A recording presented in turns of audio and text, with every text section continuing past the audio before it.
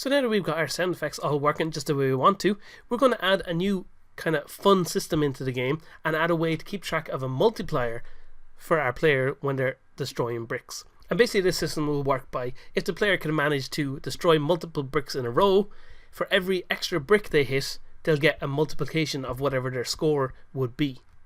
So to do that, we're going to add a bit of text onto the screen up here to show to the player that they're actually getting the multiplier. So we're going to go into our canvas here, and where we have the lives text, I'm going to duplicate that, and then I'm going to just drag it down to here, and we're going to change the text that this displays to say current multiplier, and we're going to say x1. So x1 will be the default one. We can't see all of that on the screen there, so we're going to just stretch that across like that. There we go. And then now that we have that in place, let's go into our game manager, and we're going to create a reference to it. So on our game manager up here, we're going to create a reference to that bit of text. We're going to say public text, we'll call it multiplier text. I think would make the most sense. Multiplier text, like that.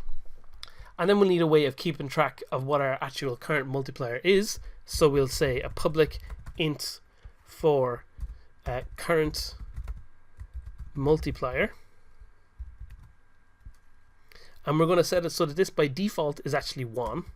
And we're going to explicitly state that in the script rather than having to type it in Unity itself. So it's just a different way of being able to use this stuff. And we're also going to set a maximum amount of what our current multiplier can be. So we're here going to say public int max multiplier. And we're going to set this by default to be 8. And the thing with setting it by default here in the script, you can actually make a change to that within Unity. So I'm just going to show an example of that here. So if we pop back into Unity, wait for it to compile, and we'll go to our game manager, and we see we have our current multiplier and our max multiplier. So we've set them up by default to start out as 1 and 8, but we can actually adjust those values just as much as we want to. We can set our maximum multiplier to be 12 if we want to. We can start our players off with a multiplier of 5. We're free to edit those values, but it's just a handy way of setting it up so that if you go and create a new game manager, those values will automatically be added in. So we'll just save this, and we're just going to fill in our multiplier text into there. I should actually rename this to say multiplier text. So on our game manager, we can just drag that into the slot there, just the way we want to. And so then in our game manager, we want to obviously have a way of displaying that out to the player. We're going to have that be updated by the ball whenever it hits against the brick. But to be able to update it within our game manager, we're going to need a function to do that. So we're going to go down here, and we're going to say public void add multiplier, like that. And we're going to say, okay, if we're adding a multiplier, we must have hit a nice brick. So we can say our current multiplier plus equals 1. So we're adding 1 onto it. Then we'll do a check and see if our current multiplier is greater than our max multiplier. So if our player has got this multiplier going too high, we can say, okay, if that's true, then we want to reset our current multiplier back to being equal to the maximum multiplier, because we don't want players running away and getting like multipliers of, I don't know, 20 to 25 and getting their scores crazily high. We kind of want to be able to control that a little bit. So we're saying, okay, our current multiplier is being set to be whatever the max multiplier is, and then we want to make sure that we're displaying that on the screen. So we'll say our multiplier text dot text is equal to current multiplier colon space, and then we add on whatever our current multiplier actually is, like that. So now we have our multiplier being able to be reset, or sorry, to be able to be set. We also want it to be able to be reset. So if our player manages not to be able to hit another brick, and the ball goes back down and it hits against the player. Every time the player has to hit the ball back up again, our multiplier gets reset back to being 1. So to do that, we just add another function here to say public void reset multiplier. And on this one, all it has to do is say our current multiplier is equal to 1. And again, we need to update the text on the screen to say that. So we'll just copy this line of code and paste it in there. Perfect. So we have our multiplier being updated now. So let's apply it so that it actually does something in our game. And the way we can do that is in our add score function here.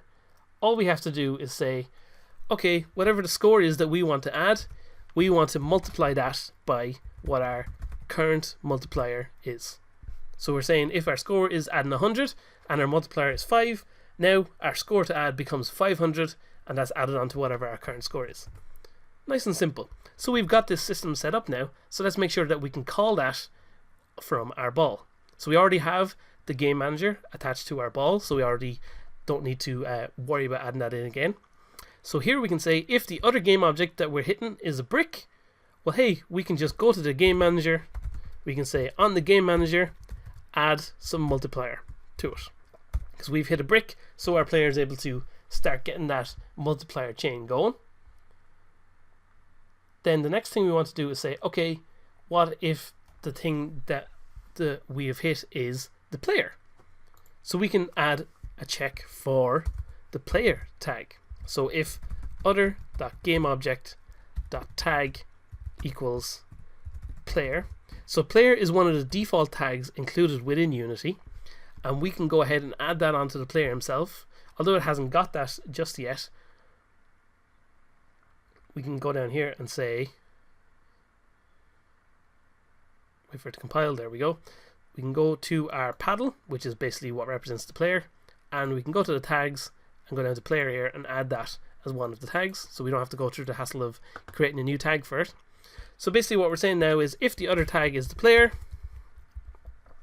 actually I'm sitting here thinking about it, and it would probably make more sense to have it so that we're checking if the other tag isn't the player. Instead of rewarding the player punishing the player for having to bounce the ball back up, what we should do is reward the player for managing to keep the chain going by bouncing it without hitting against the wall.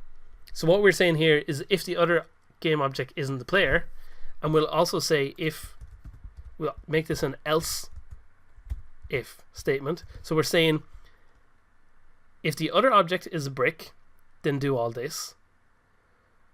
Otherwise, if it isn't the player, so then the only other option is if it's the walls at the side, or no, that's the only other option. If it's the walls at the side, then what we'll do is at this point we'll reset the multiplier. So if the other object tag isn't the player, so if we're hitting the wall, we can say, okay, on the game manager we will call reset multiplier, like that. And that's all fine and dandy, but there's one other thing we want to do, which is whenever we enter the zone of resetting the ball, we want to make sure that we reset the multiplier at the exact same time, because we don't want our players being able to kill themselves and keep a multiplier going. So we'll say here on the general manager, or the game manager, we'll call the reset multiplier function. Perfect. Okay, we'll save that. We'll go back into Unity, let that compile, and we should be able to now see the multiplier in action. Oh, we have an error on the screen on ball controller line 77. Oh, yes. We can't say if not other. What we say instead is if the other tag is not equal to player. That's a completely different thing. It's the only situation where not has to actually go into place when we're kind of doing this logic on if statements. But if we save this and go back into the game, we shouldn't have any other errors. There we go, perfect. So now we can play it, and we should be able to see our multiplier in action. So we'll still only see each brick being worth whatever its value is. But there you go, you can see our multiplier going up when we hit a brick, and then going back down when we hit a wall. So then at this point it becomes a matter of skill, and if you have more bricks in your level, it's going to be obviously easier for your players to build up that multiplier. But now you can see suddenly our high score is a lot higher than it would have been just by getting all those objects by themselves, and it's a lot more sensible and it works a lot better for our players, and it kind of gives them an incentive to try and think about their shots, not just react instantly in the moment.